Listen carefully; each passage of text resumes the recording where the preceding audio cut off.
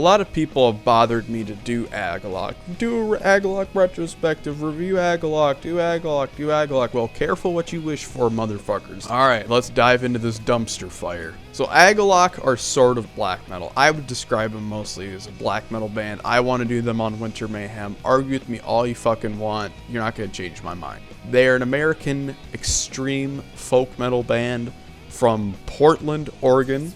And, oh geez, I would basically describe their genre, if I had to, as, oh well, let's break this down. So they're kind of post-black metal, because it sounds all happy and shit, kind of like post-black metal does, like Death Haven. And they have a lot of folk music in there, so you have folk black metal. There's the screamy screams from black metal and tremolo picking from black metal. And the music is written in an atmospheric black metal way where it just repeats the same shit endlessly for like 10 minutes. Or at least on some albums. So I've described this band as atmospheric post-blackened folk metal. These guys are definitely on the spectrum. The band was formed by a man named John Hume, I believe it's pronounced. And you have Don Anderson and Jason Walton, all on the first two albums. John Hume does vocals, drums, and guitar on the first two albums. And you have Don Anderson on keyboard and guitar, and then Jason Walton on the bass. Once again, careful what you wish for, motherfuckers, but let's talk about their albums. So let's go into Pale Folklore.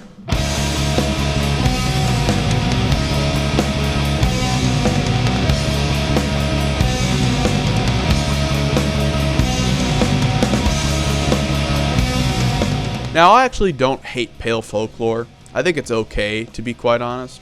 I think it starts out pretty badass, like the 3-part epic song, She Painted Fire Across the Skyline. That's easily the highlight.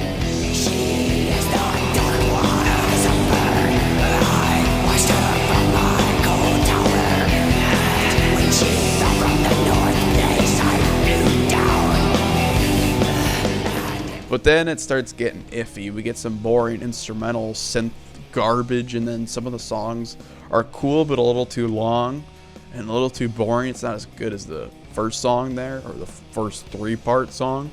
And then the album just fucking fizzles out like a fart at the end with a melancholy spirit. God, what a turd that one is. Absolutely boring, lifeless, and terrible. 12 minutes of this shit? Fuck this garbage.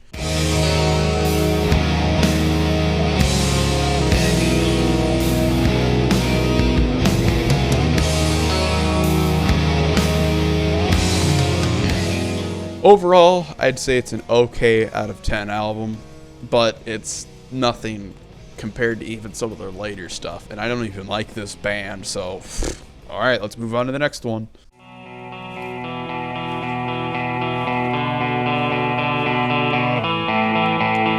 That is one big pile of shit.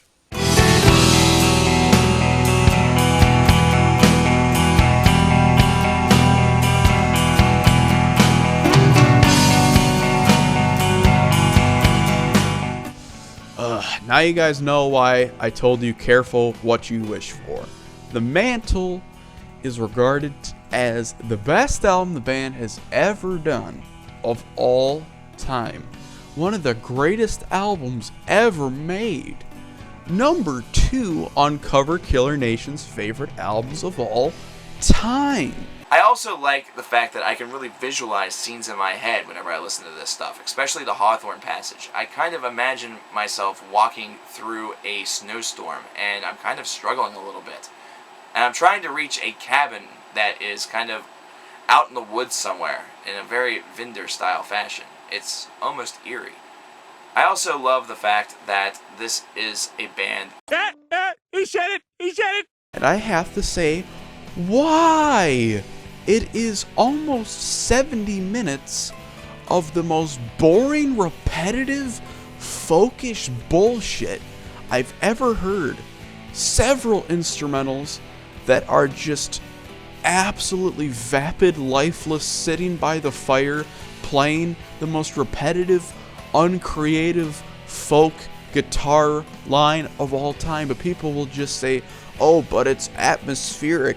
Yeah, but what the fuck is interesting or creative about the same boring, uninteresting acoustic guitar line? So we've already established all 4 instrumentals in this album, which pretty much encompass almost half the fucking album, or like a third of it are complete ass. And then we even have some shitty songs on there. A Desolation song, boring as fuck.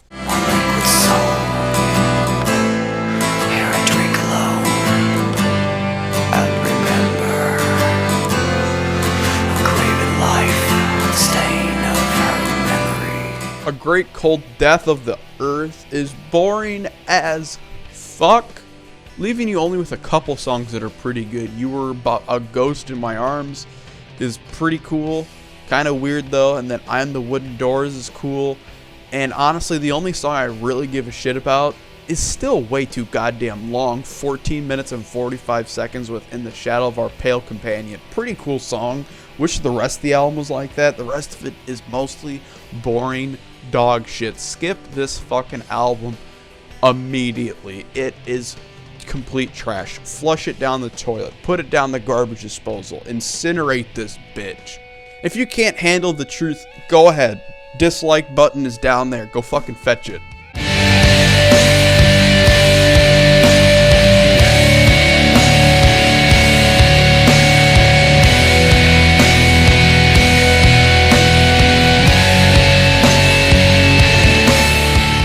Now, to all of you that are salty as hell about my opinion on the Mantle, not even my opinion, I'm just stating facts, guys, okay, about the Mantle, then you're going to be at least much happier about what I think of Ashes Against the Grain.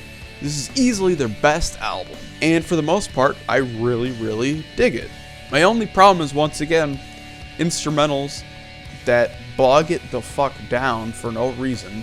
Most notably, the third part in the Our Fortress is Burning trilogy just kind of goes nowhere, but the other parts of Our Fortress is Burning is pretty damn good, so it's just kind of an okay whatever moment. It's 7 minutes of noise, but whatever.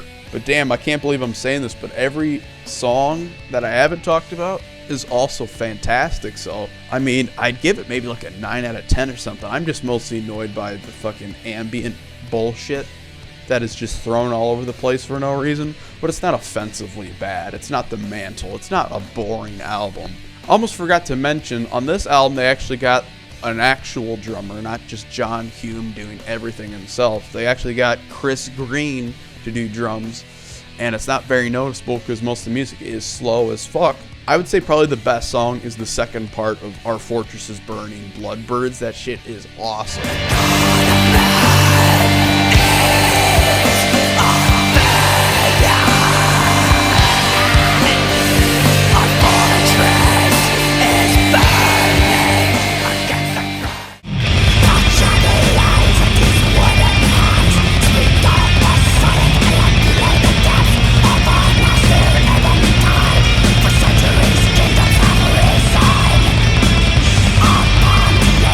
Now, Marrow of the Spirit. A lot of people really don't like this one, and I don't get why. Now, it's not perfect.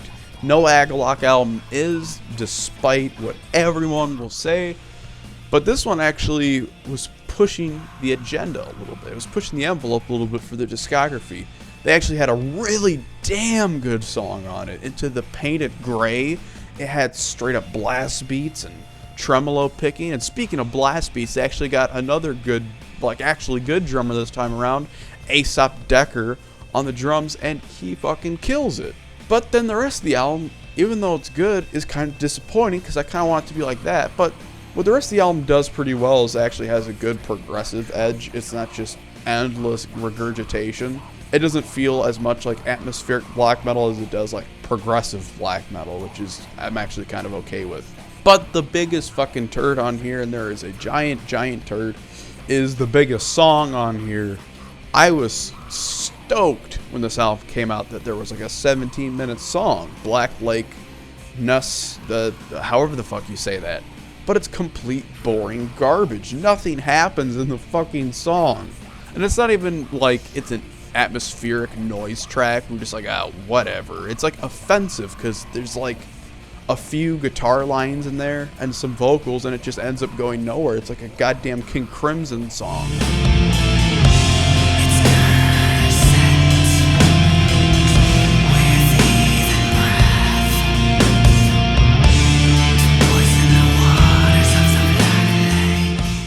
But even though that song is complete ass, it's probably my second favorite album from them. It's pretty good with the exception of that song.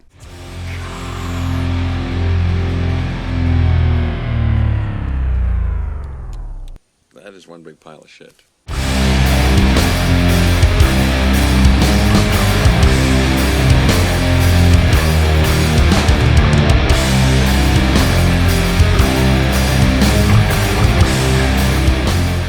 Oh boy, when you thought the Mantle was bad. Oh, sorry. I meant to say, when you thought the Mantle was good, and I know it's bad, the Serpent and the Sphere topped it with absolute vapid shittiness. This album doubles down on the soft, atmospheric, weird prog approach and throws the black metalness out the fucking window. There's no riffs on this album for the most part. And I mean, obviously there's riffs, but I'm saying when it comes to riffs, yes, there's like no riffs on this album, okay?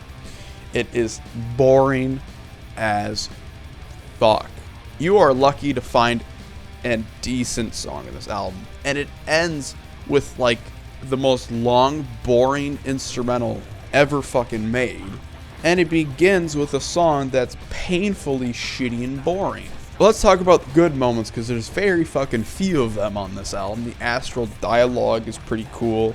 Celestial Effigy is kind of nice. And then you get a couple okay moments, but God, the rest of it is pure fucking torture.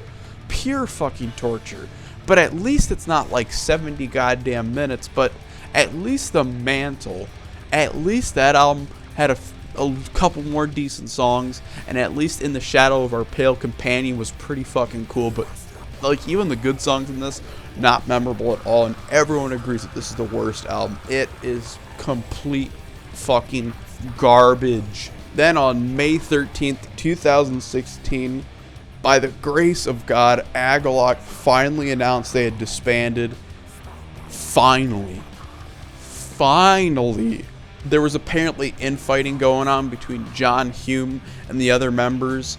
He seems like a pretentious dick, so whatever. It's pretentious dickish music anyway, so take your shitty music with you, buddy. Oh, and not to mention, he's a fucking My little pony, what is friendship all about? I'm gonna jump in there and masturbate.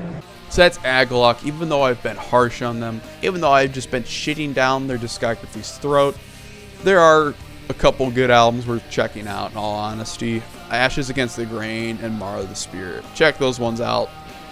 I mean, everyone worships the Mantle, even though it's complete shit. Maybe if you're into that, check it out, but good God, it's fucking boring. Music is supposed to be music, not a pure fucking aesthetic of, ooh, it sounds like I'm sitting at a fire. Ooh. Well, you could just sit at a fucking fire and you'd get the same effect, you fucking idiot.